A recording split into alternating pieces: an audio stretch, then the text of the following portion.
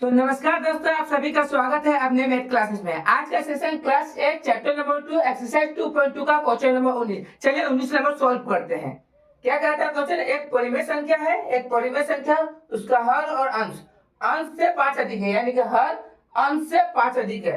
हर क्या होता है? हर ऊपर वाला होता है, सॉरी, अंश ऊपर वाला होता है और हर नीचे वाला होता है। ठीक है, अंश जो भी होगा उससे हर कितना ज्यादा होगा? 5 अधिक होगा। हम क्या मान लेंगे? आंसर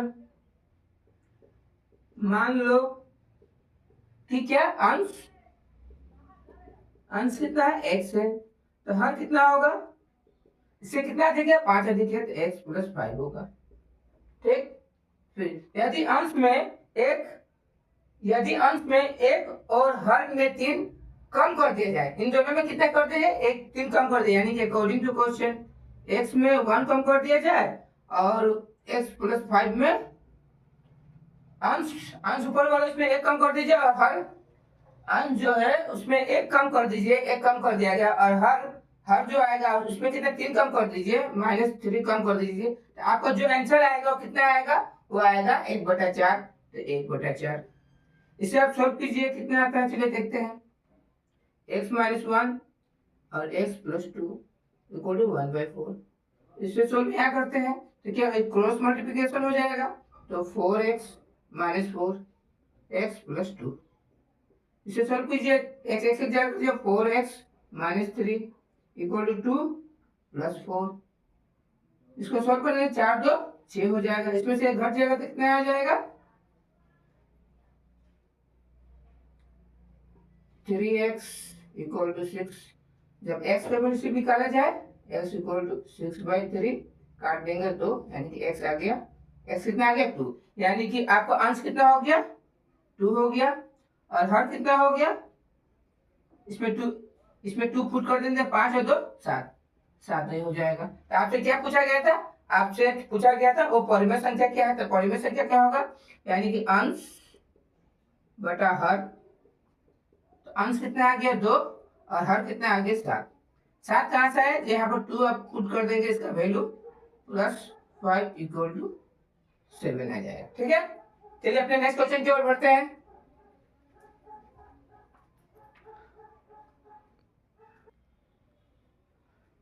तो क्वेश्चन नंबर 20 क्या कहते हैं चलिए देखते हैं। कहता माँ यानी कि रोहन की माँ कितना वर्ष बड़ा है? 25 वर्ष बड़ा है। किससे? रोहन से।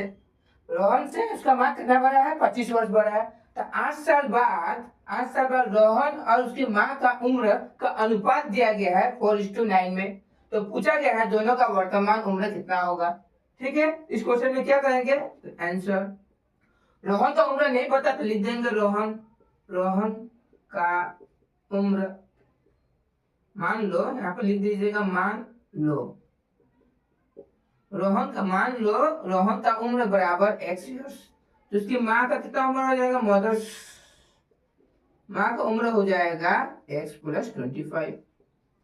ठीक है, अब क्या कह रहा है? 8 साल बाद तो लिखेंगे यहाँ पर 8 साल बाद, 8 वर्ष बाद। ठीक ना, 8 वर्ष बाद। 8 वर्ष बाद क्या होगा? 8 वर्ष बाद क्या होगा? तो 8 वर्ष बाद क्या होगा? उम्र हमेशा बढ़ेगा, 8 वर्ष बाद तो उम्र बढ़ेगा, तो क्या हो जाएगा? ये भी 8 वर्ष बढ़ जाएगा, x + 8, और इसमें भी बढ़ जाएगा 8 साल बाद 25 + 8।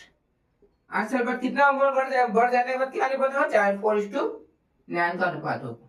ठीक है, इसे सॉल्व कीजिए, तो x + 8 x + 8 5 13 यानी 33 = 4:9। इसको सॉल्व कीजिए, तो 9x 8 9 72 4x प्लस 4 12 12 132। ठीक है, इसे सॉल्व कीजिए, तो ये इधर आएगा तो कितना हो जाएगा? 9x - 4x, ये होगा 132 - 72। तो इधर है 5x = कितना? 0 6, ये 5 से इसको काट दीजिए 12 12 में, तो x = 12, यानी कि x का वैल्यू कितना निकला? 12। यानी कि रोहन का उम्र कितना होगा?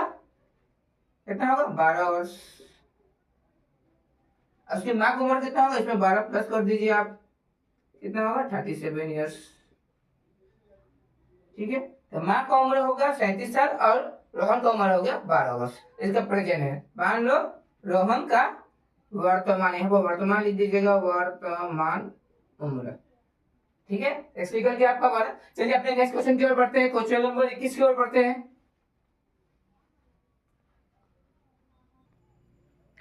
तो क्वेश्चन नंबर 21 क्या कहता है, देखिए, मंदिर अपने कार को 8% के प्रॉफिट में यानी कि लाभ में बेचता है। किसे बेचता है? रिक्तिम को बेचता है। तो रिक्तिम क्या करता है? रिक्तिम 5,400 रुपए, रिक्तिम क्या करता है? 5,400 रुपए उसमें खर्च करता है, यानी मरम्मत करता है, उस कार में कुछ मरम्मत करता है और उसे आगे बेच देता है। किसे बेच देता है? निपेन को बेच देता है 1,13,400 रुपए में, बगैर किसी लाभ और नुकसान के। ठीक ना, यानी कि मनदीप बेच देता है। तो मनदीप ने जो कार जो बेचा था, मनदीप को कार कितने में खरीदा था? मनदीप वो कार कितने में खरीदा था, ये पूछा गया है। चलिए इस क्वेश्चन को सब पढ़ते हैं। क्या कहा गया है? सबसे पहले हम क्या करेंगे कि हमें मनदीप ने कितने में खरीदा था वो जानना है। तो सबसे पहले हम जानेंगे निपेन ने उसे खरीदा था, निपेन ने खरीदा था 1,13,400 में। उसमें कितना खर्चा किया गया था? रिक्तिम ने 5,400 रुपया खर्चा किया था। ठीक है, इसको घटा दीजिए। एक्चुअल मनदीप ने उस कार को कितने में बेचा ये निकल जाएगा। 0,8,5,13,01, ये क्या हुआ? ये सेलिंग प्राइस हुआ। सेलिंग प्राइस हो गया आपका, सेलिंग प्राइस निकल गया, यानी कि मनदीप ने उस कार को कितने में बेचा? तो 10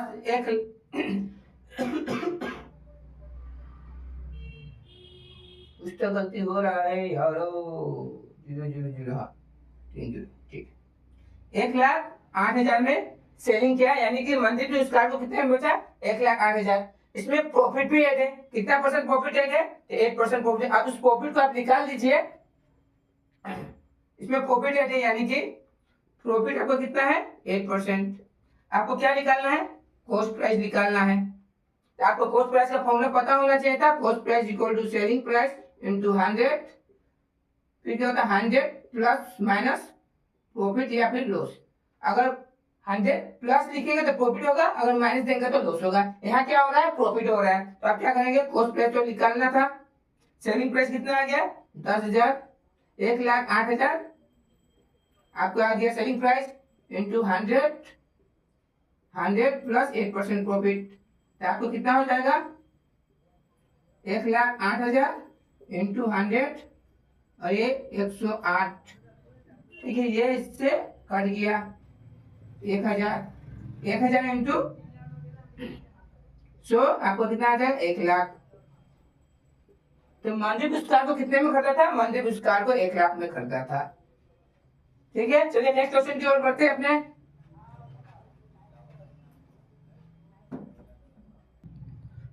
तो क्वेश्चन नंबर 22 क्या कह रहा है, चलिए देखते हैं। एक विद्यालय में कुल छात्र कितने हैं नहीं पता, कुल छात्र कितने नहीं पता, उसमें से 1/5 हिस्सा, उसमें कुल छात्रों से 1/5 हिस्सा 100 मीटर के रेस में दौड़ता है और 200 मीटर के रेस में 1/3 हिस्सा दौड़ता है और 200 और क्या कर रहा है?